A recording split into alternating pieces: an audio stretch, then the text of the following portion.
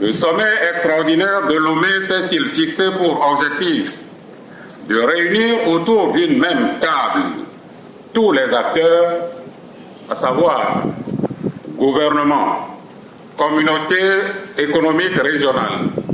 organisations africaines traitant des questions maritimes et commerciales,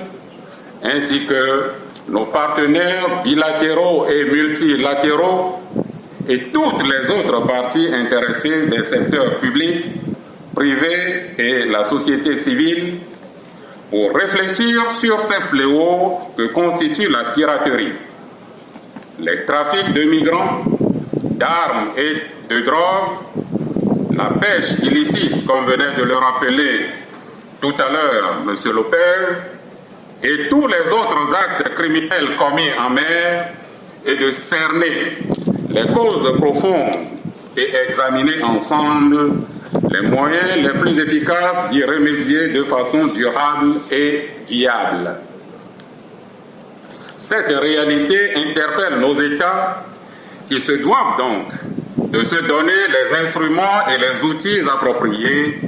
pour enrayer tous les actes qui mettent en péril la sécurité et la sûreté au large de nos côtes et de nos eaux intérieures. Le Togo, pour sa part, s'est résolument inscrit dans une logique de renforcement de ses actions en mer à travers une série de mesures contenues dans la stratégie nationale pour la mer et le littoral. Cette stratégie vise, à travers diverses formes législatives, réglementaires et l'élaboration d'outils variés de planification des activités du secteur maritime, à garantir la sécurité et la sûreté le long des frontières maritimes togolaises, à développer l'économie bleue, à asseoir une gestion durable de l'écosystème marin et à promouvoir les opportunités d'emploi à travers le partenariat public-privé. Mesdames et messieurs, chers participants, je me félicite de ce que les différentes thématiques sur lesquelles vont porter vos réflexions prennent en compte les multiples dangers qui guettent nos océans et nos mers. Celles-ci sont principalement consacrées à la lutte contre la piraterie maritime et les autres actes criminels commis en mer, l'économie bleue, aux enjeux de la sûreté et de la sécurité maritime, la gouvernance maritime et aux échanges en matière judiciaire et de police. Nous aspirons à une communauté maritime africaine forte et prospère, fondée sur une croissance inclusive. Celle-ci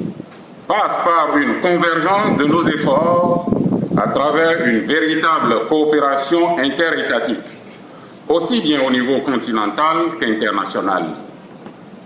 Force est en effet de reconnaître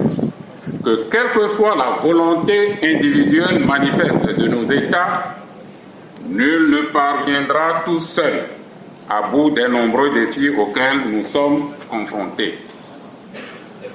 Le besoin de collecte et de partage d'informations en temps réel est plus qu'impérieux et il incombe à tous les acteurs du monde marin, les gouvernants en premier lieu, de jouer leur partition afin d'affermir l'opérationnalisation, la coordination internationale. La coopération judiciaire et policière, si elles sont importantes pour une lutte efficace contre l'insécurité maritime, elles ne sauraient pleinement atteindre leurs objectifs si nous ne traduisions pas dans nos textes de loi les normes internationales existantes et si les législations de nos États en la matière ne sont pas harmonisées. Aussi, faut-il œuvrer à une convergence des différents corpus juridiques relatifs à la mer et aux océans. En effet,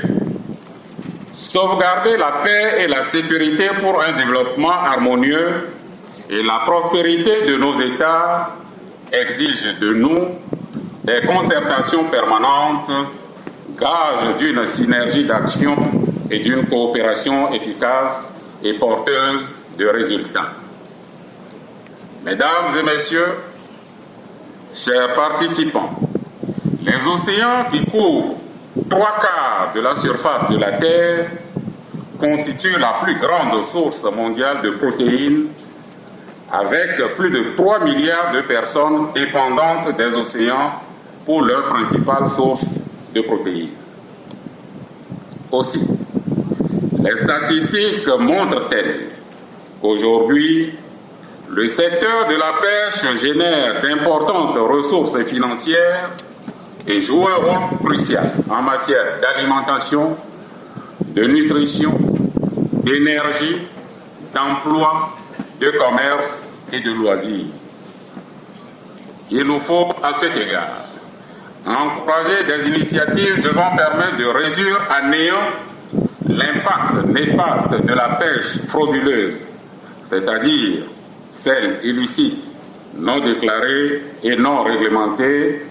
communément appelée pêche in, dont le corollaire pour nos États est un manque significatif à gagner,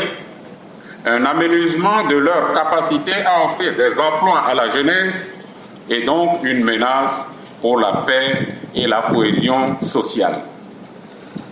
De plus, depuis l'émergence du concept de l'économie bleue dans l'agenda de la conférence Rio+20,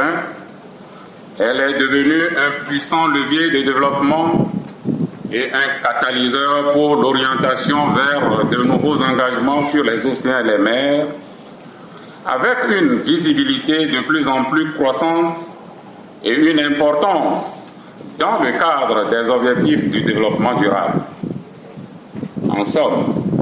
il s'agit d'examiner comment conserver et exploiter de manière durable les océans, les mers et les ressources marines aux fins du développement durable, particulièrement pour notre continent qui connaît une forte croissance démographique. C'est pourquoi je vous invite à prendre en compte dans vos débats l'idée d'une stratégie de croissance bleue qui s'appuierait sur l'initiative de l'Organisation des Nations Unies pour l'alimentation et l'agriculture, FAO, en la matière et qui, en conformité avec nos objectifs de développement de l'Afrique, permettra de renforcer les actions en faveur d'une croissance durable dans le secteur, l'objectif à terme étant, eu égard à l'esprit et à la finalité du sommet, de favoriser toute mesure encourageant la coopération interétatique, de faciliter l'élaboration de la politique propice à l'investissement et à l'innovation en matière de sécurité et de sûreté maritime, de lutter efficacement contre la surpêche et toute autre activité préjudiciable